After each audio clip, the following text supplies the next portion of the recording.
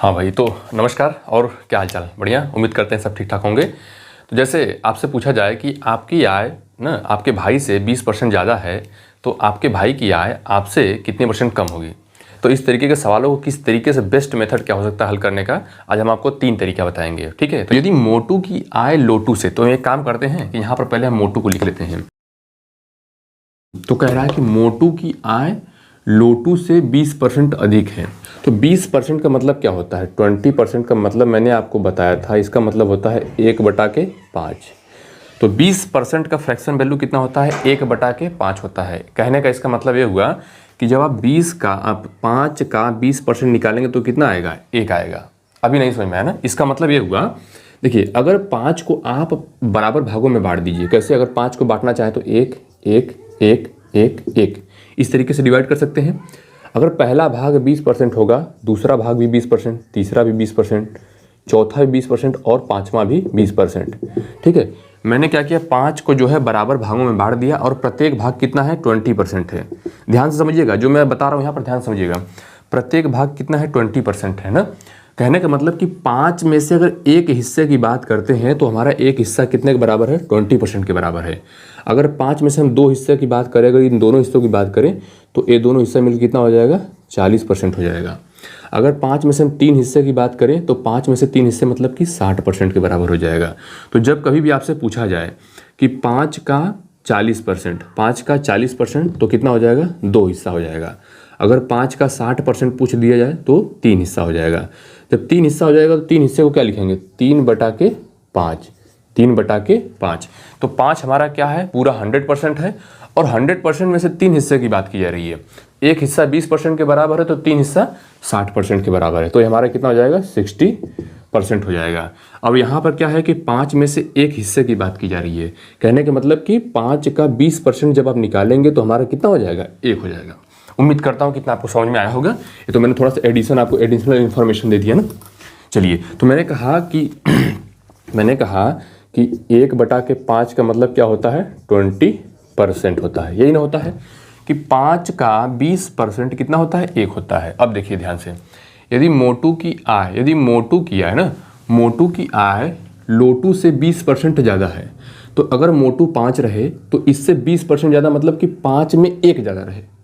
अगर क्या बोला कि मोटू की आय लोटू से, तो अगर लोटू 5 है तो मोटू इससे क्या है? 20% ज़्यादा मतलब कि 5 का 1 हिस्सा ज़्यादा। तो 5 से 1 ज़्यादा हो जाएगा तो यहाँ पर कितना हो जाएगा? 6 हो जाएगा। तो अगर मोटू लोटू से कितना ज़्यादा है? 20% ज़्यादा है। ठीक है, 1 का मतलब मैंने आपको बताया 20%।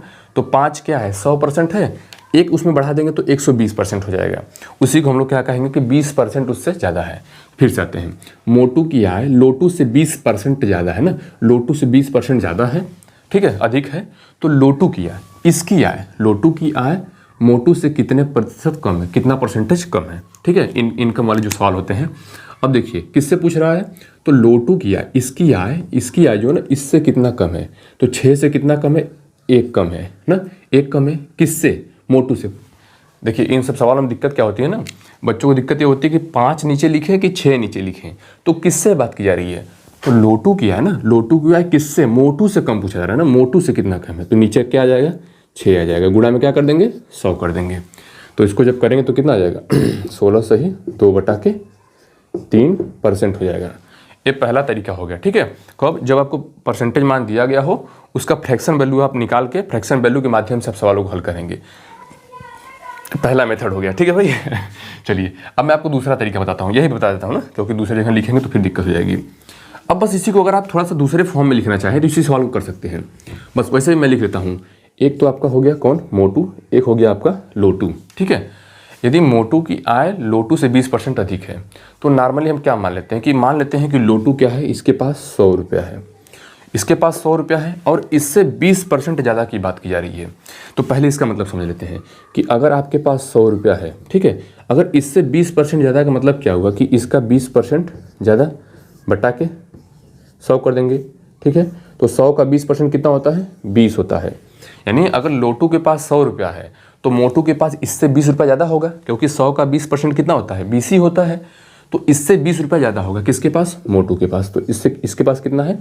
120 रुपया ना। तो लोटू के पास अब इससे कितना रुपया कम है, इससे कितना कम है, इससे देखिए 20 रुपया कम है। ठीक है, जो कुछ मैंने यहाँ पर किया वही चीज़ मैं यहाँ पर कर रहा हूँ ना, लेकिन यहाँ पर मैंने वैल्यू क्या किया, मान लिया है। यहाँ पर मैंने उसका रेशियो ले लिया है ना, फ्रैक्शन मतलब भिन्न में करके इसको मैंने रेशियो के फॉर्म में ले लिया है। ऐसे भी आप करेंगे वही आंसर आएगा। तो देखिए इससे 20% ज़्यादा है, मतलब 20 रुपया ज़्यादा है। इससे कितना कम है, इससे कम का मतलब इससे कम का कितना कम है, 20 कम है ना। किससे कम है, मोटू से कम है ना भाई, मोटू से कम है, तो इसलिए मोटू का नीचे जाएगा। और गुणा कितना से कर देंगे, 100 से कर देंगे। तो 20 एक कम 20, 20 छक्का 120। और जब 6 से 100 में भाग देंगे तो कितना आ जाएगा, 16 सही 2/3% आ जाएगा ना। ठीक है, देखिए वही आंसर आ गया ना, 16 सही 2/3%। यहाँ पर भी वही आ गया। अब एक अंतिम तरीका लेते हैं, तीसरा मेथड जो है इसको मैं थोड़ा सा मिटा देता हूँ ना।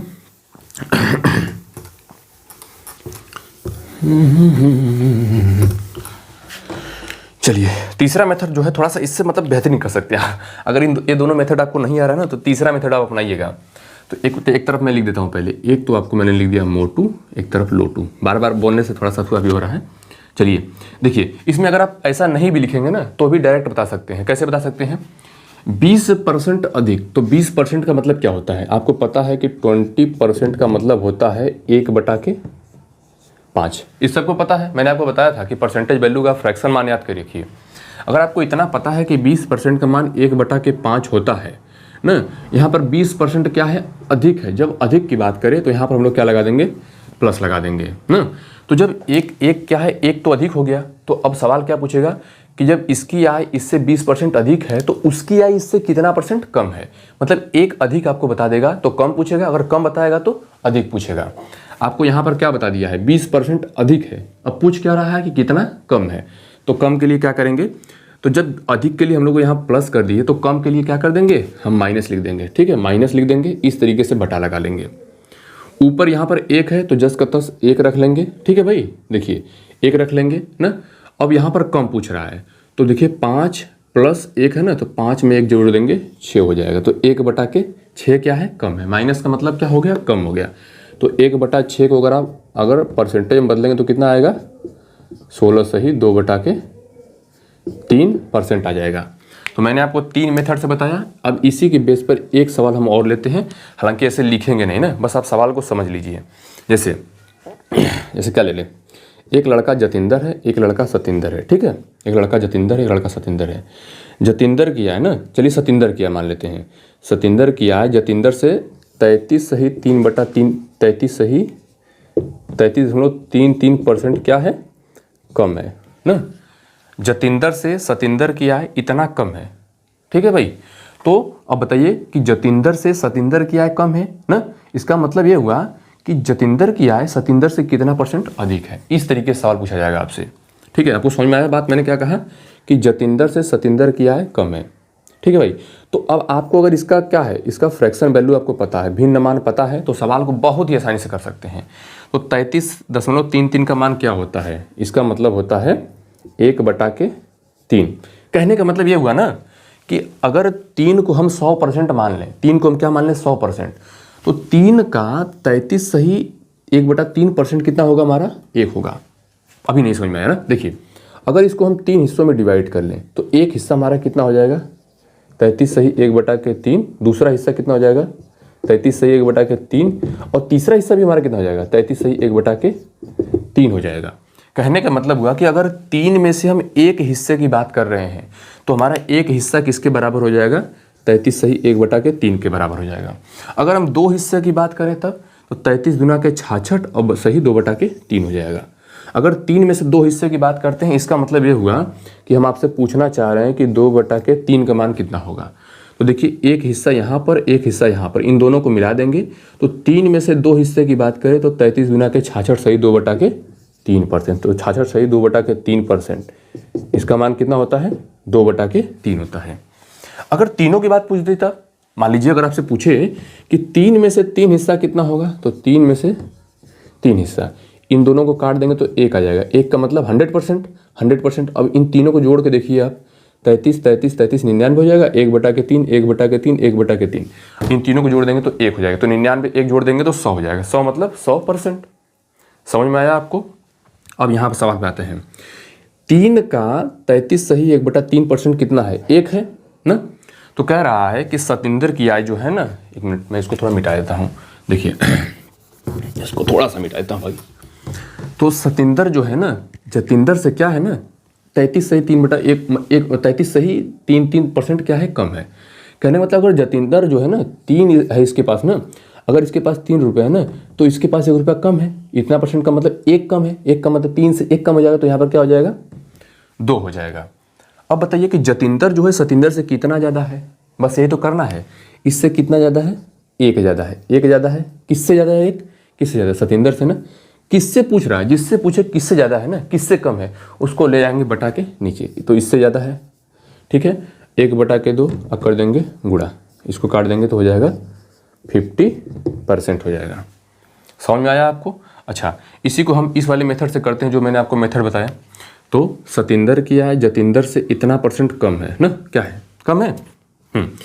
ये क्या है, इसके पास 3 है, इसके पास 2 है, मतलब इससे कम है।